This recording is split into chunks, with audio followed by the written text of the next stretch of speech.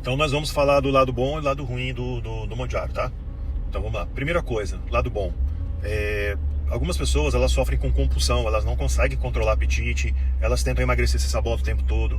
Isso aí, essa compulsão, ela tem origem tanto química quanto mecânica mesmo. Às vezes pelo hábito, pelo comportamento, pelo meio que ela vive ali, ela acaba sendo embutida a estar comendo, porque às vezes é até cultural.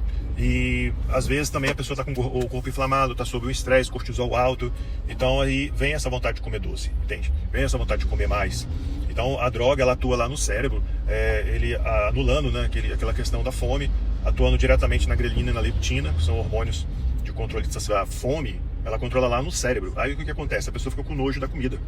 Então assim, ela vai no churrasco, no negócio, ela fica com nojo, ela não quer comer, ela fica sem vontade porque ela se sente meio estufada, né? Então, ou seja, para a pessoa que ela é diabética, isso aí é muito bom, porque ela vai ajudar ela a controlar a diabetes. E também tem essa questão além do controle do apetite, você controla o nível de açúcar no sangue, né? Porque obviamente você não vai comer mais, então você vai ter esse controle do apetite. Basicamente é isso, gente. Assim, não existe nada milagroso. Falar assim, porque tem componentes nela que faz o metabolismo acelerar, tem componentes nela que faz queimar gordura. Não, você vai emagrecer porque você vai parar de comer, você vai fechar sua boca, só isso. Então uma das coisas que a gente observa é essa desnutrição. A segunda coisa, a gente vê a deficiência hormonal. Por quê? Principalmente a mulher que está na menopausa, ela já está sofrendo com ondulação hormonal. Então, o hormônio sobe e desce, que é uma loucura. Então o que acontece? A partir do momento que você já tem essa deficiência hormonal, imagina, quando você para de comer, qual é a base do hormônio? Os nutrientes que você ingere. Que quando você está comendo gorduras boas, por exemplo, castanhas, sementes, azeite, quando você come e ingere gorduras boas, você dá matéria-prima para o seu sistema endócrino produzir hormônios. Então não adianta você fazer reposição hormonal, não adianta você querer ter hormônio no seu organismo se você não dá base, se você não dá matéria-prima.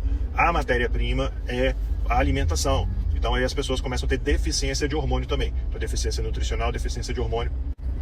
Então assim, essas duas deficiências já acontecem. Aí o organismo, ele, já é comprovado em Harvard, que cerca de 30% do peso é de massa muscular. Ou seja, se ela emagreceu 20 quilos, ela perdeu 6 de massa muscular. Só que o músculo é um tecido vivo, um tecido ativo. Se você não tiver músculo, o seu corpo ele não funciona direito. Aí que é o problema.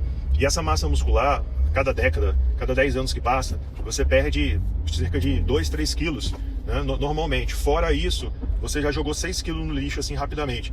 Para você recuperar esses 6 quilos é uma luta, o metabolismo fica lento.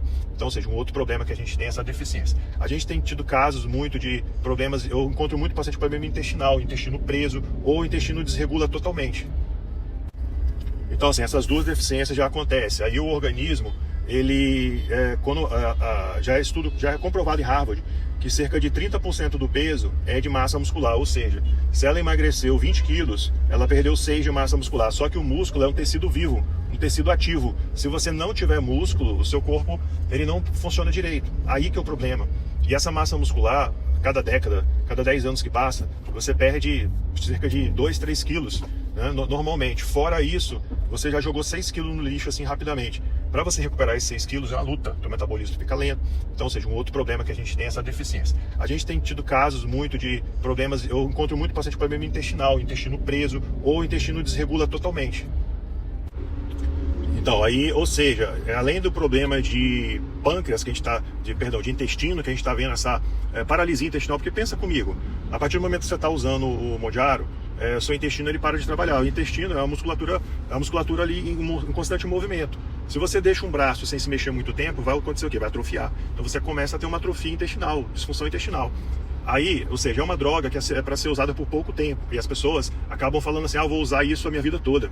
Gente, vocês não sabem o que vocês estão fazendo. O Mounjaro, essas drogas, vai te causar um problema sério intestinal, né? Então, ou seja, além disso, pode te levar a uma pancreatite, porque o pâncreas ele para de funcionar adequadamente. Fora isso, vários problemas hormonais. Tem pacientes que chegam até nós, que a gente faz a recomendação do uso do Mounjaro, de qualquer outros inibidores, porque a pessoa ela está no estado que ela precisa de uma ajuda, ela não consegue se controlar de forma nenhuma. Assim, a maioria dos nossos pacientes, a gente sempre faz uma experiência, fala assim, fulano, vou fazer o seguinte, vamos tentar aqui emagrecer sem usar droga nenhuma, tá? Vamos usar o método que eu desenvolvi há 20 anos, a reprogramação fisiológica. Vamos emagrecer, vamos tentar aí 30 dias. Se não der certo, a gente pode partir para produtos de origem natural, que vai fazer você bloquear o teu apetite mecanicamente e vai ajudar a te controlar. Se não der certo, aí o terceiro estágio a gente entra na droga, tá? Então quando a gente entra na droga, no Mão Diário, tem uma estratégia correta.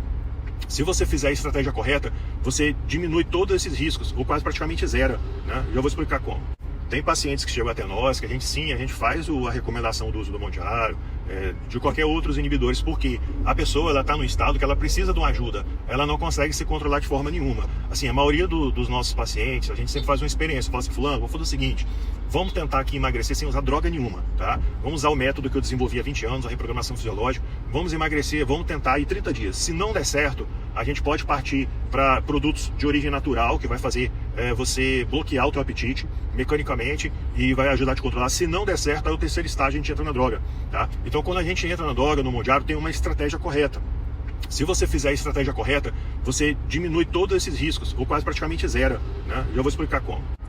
Então como é que você faz para poder praticamente zerar os riscos de usar o Mão Diário junto com como tem que ser feito? Bom, sabendo que a gente vai ter uma deficiência de hormônios, e se a pessoa já está na menopausa, é interessante a gente fazer uma reposição hormonal acertada, analisar exames, né, e fazer os ajustes. Ah, eu não estou na menopausa ainda. Existem vários produtos naturais que você toma, que você estimula a questão hormonal, você dá um upgrade na questão hormonal. Número 2, você vai ter perda de massa muscular, né? Então, para evitar isso, se você fizer uma musculação, né, como você vai comer? Você vai comer menos, então você tem que fazer uma musculação com menos volume, ou seja, menos exercícios por dia, sabendo dosar isso para você conseguir também segurar essa massa muscular. Então, você botou hormônio e botou exercício. Terceiro, você tem que inserir uma alimentação certa para poder ajudar, já vou falar aí. Sabendo que o intestino vai ficar preguiçoso porque ele não vai comer, então você vai ter esse problema intestinal, a gente tem que reduzir os danos. Então o que a gente tem que fazer? A gente tem que montar uma alimentação que estimule a peristalse, movimentação intestinal. A gente comer fibras, né? Então tem alimentos que a gente pode fazer uma dieta, porque a pessoa não consegue comer, ela fica com nojo de comer. Então o que a gente faz? Um pouquinho de comida, assim, coisa mínima, né? Então, ou seja, a gente usa a estratégia com fibras, né? A gente usa alimentos que tem uma descarga glicêmica lenta. Por exemplo, se você come uma melancia, você tem um índice glicêmico alto e você não controla muito bem a insulina. Se você, por exemplo, come uma batata doce, a batata doce ela vai ter uma descarga insulínica mais lenta, uma absorção mais lenta. Ou se você quer emagrecer, nós podemos te ajudar. Bom, clique no link abaixo, fale com a minha equipe e tire suas dúvidas.